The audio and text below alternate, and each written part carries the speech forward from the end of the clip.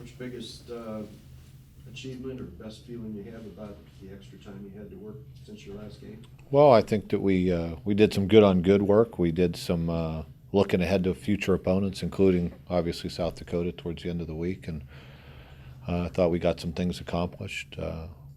I've said it; we're still a work in progress, and those extra couple of days of practice, I think, helped us, and we got to continue to get better. We know playing a well-coached football team this week, a good, a very sound in what they do. They challenge you in a number of ways, and obviously being on the road up there, I think it's their homecoming day, and so it'll be a nice challenge for our team.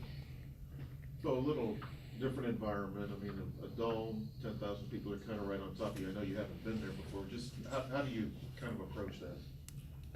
We'll practice inside this week. Get used to being inside, and I know it's obviously different dome than what we're going to play in, but at least it's inside. The lighting's a little bit different. But it doesn't really bother me where we play or whether it's a dome or outside or anything else. You just gotta. It's going to be 11 on 11. The field's going to be the same size, and I think our guys will be ready to play. Anything intensify or change from a preparation and practice standpoint now that league play has started? No, I mean it's stay with the process. What we have going. We stay fairly consistent in our approach and what we try to get done each week, and hopefully it'll. I'm sure our players, they understand. You're kind of walking into league play now, but every no matter what, every week's important, and the next game is South Dakota, so that's the most important one, and we'll take care. Hopefully, we'll take care of this week and go to the next one. And it's a fairly consistent approach how we go about it. South Dakota statistically a pretty stingy defensive team, at least one that in terms of allowing their opponents to put points on the board. Can you talk about that a little bit? Well, I think they're sound in what they do. They jump to, they were a 30 front a year ago. Now they're a 4-3 front, and for whatever reason, whether it's personnel or philosophy or whatever, they changed a little bit. But I think they play hard, they're physical, and they're sound in what they do. So we just have to execute our offense, and we'll be fine. But they're well coached, and they're good at what they do. Coach, you talked a lot about the defense starting to have a lot more confidence in themselves. And do you notice them trusting each other anymore, or anything like that as far as the defense goes? Well, I hope so. I think what happens is as you practice better, you're going to play better, and you're going to develop more confidence when you're doing it during the week. I think we are practicing a little bit better, more consistently at times, and not as many mistakes. And I think that breeds confidence over time. You don't just develop confidence in how you play on Saturday. It's what you do during the week.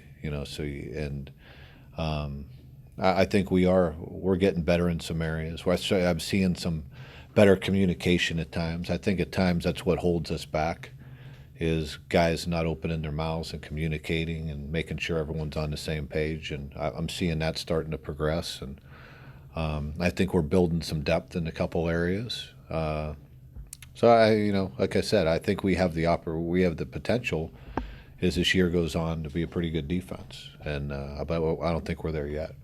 Well, to follow up, the last two games you guys have only given up, I think, less than 20 yards in passing. I think less than 100 for the entire 3 games. What's that say about the secondary, or are those guys kind of growing into where you want them to be? We're getting better. I don't know. It's I don't get really caught up in statistics. The stats are, obviously, if you're overblown one way or the other, you have a problem. But as the year goes on, I go off what I'm seeing in practice, the level of execution, the type of technique and fundamentals we're playing with, and I'm seeing some better things. I'm seeing us on the right page a lot of the time, and so there are some positives, but I just know there's a whole nother level that we can get to, and I think if we stay on the track that we're on, we have a chance to get to that level and be pretty good, pretty salty defense, and pretty good in the secondary. South Dakota Dakota's been really efficient in the red zone. Steve talked about the double threat of the running back and the quarterback who's a run and pass threat. Can you address those things? Yeah, anytime a quarterback can run the ball, I mean, I think they do a nice job of making you have to defend a lot of different things. They're fairly multiple in what they're doing offensively. They have complements for everything that they do. You have to be smart in how you're playing. You got to be very disciplined and read your keys. And when the quarterback run game is happening, everybody has to handle their responsibility and understand what their responsibility is and execute.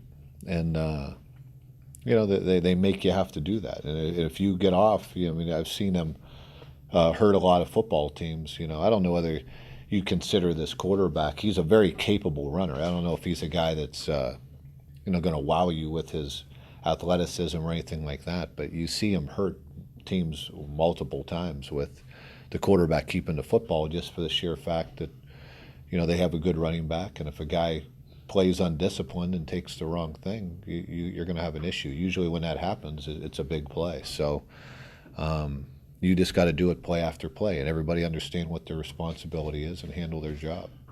Is there anything South Dakota does that's difficult to duplicate in practice and prep for? Well, I think that's always a issue.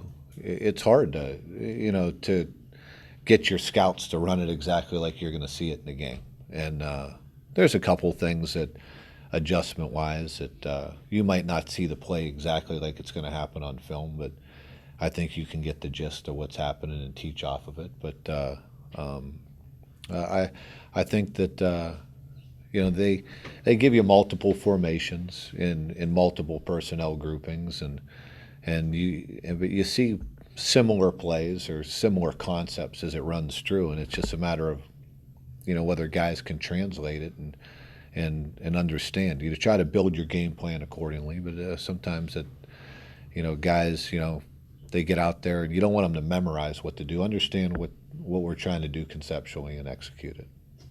The last 2 years, I've been looking at them, maybe coaching-wise, effort-wise, they're as good as anybody in the league, but athletically, they don't have some of the other guys. Have they closed that gap, or is that maybe still? I think so. Joe, it's hard to tell. When you're watching the film, sometimes it's hard to till you really line up against somebody. But they look very capable athletically. I mean, their running back makes a lot of people miss. Has had some very big plays in the run and pass game, and they have a couple of their 2 leading receivers look to be very athletic and have shown the ability to get down the field on you.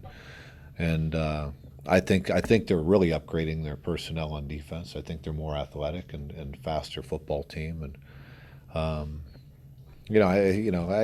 I don't get caught up in all that. I think being able to run and look good and all that stuff is all fine, but you better be able to be good football players. And I think they have those kids. They have kids that understand how to play the game. They play hard. They play with tremendous effort, and they execute at a high level. And that's a sign of a very well coached football team.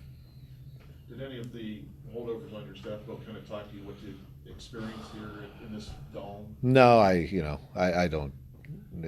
That's the furthest thing from my mind. I mean, I don't care if we play in the backyard, wherever, whatever you got to do, you line up, and as long as they don't change the size of the field, we should be fine.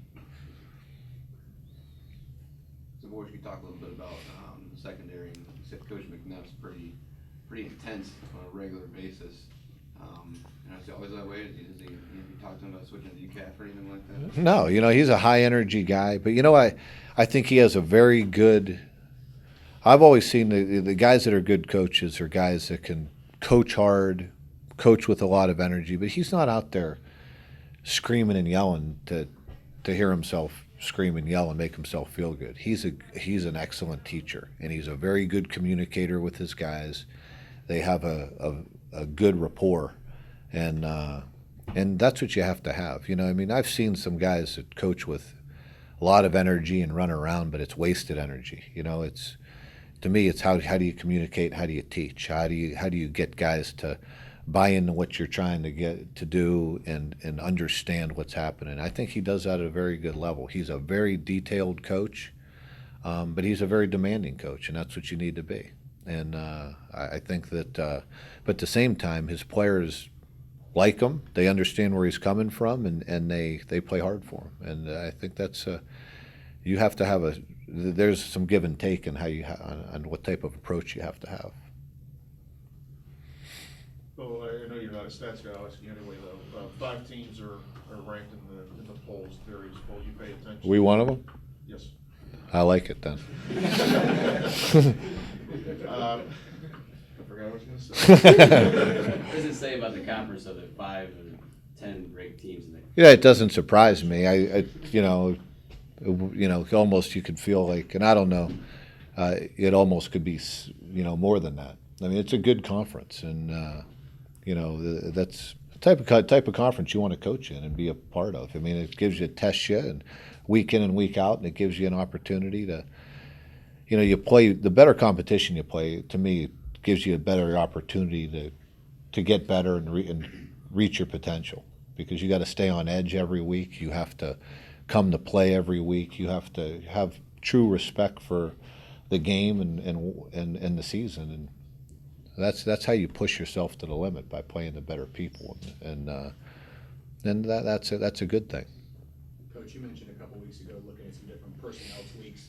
Did this week off kind of give you a chance to dive into that a little deeper? Yeah, I mean, somewhat. Yeah, well, we were able to take, develop maybe a couple packages that, and look at some new things that, if you were playing last week, you might have not had an opportunity to do. So I kind of like where things are heading. I think it's starting to settle in a little bit more, but there's still, the thing I like at the number of positions, there's still some really good competition for playing time. I think we've shown a number of guys that have the ability to play at some different spots, and that makes you better when guys know you better perform during the week if you want to be on the field on Saturday, because there's other guys that are pushing for playing time, and that makes you a better football team. Linebacker probably is the position I see most. You've had a pretty good rotation of different guys. Is that just because a lot of guys have earned playing time, or are you trying to figure out?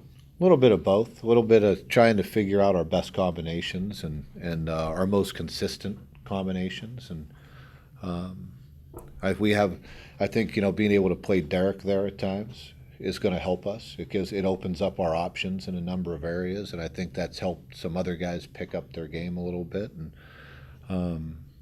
I feel a lot better about that position than I did, a month ago. And but it's still a work in progress at the same time.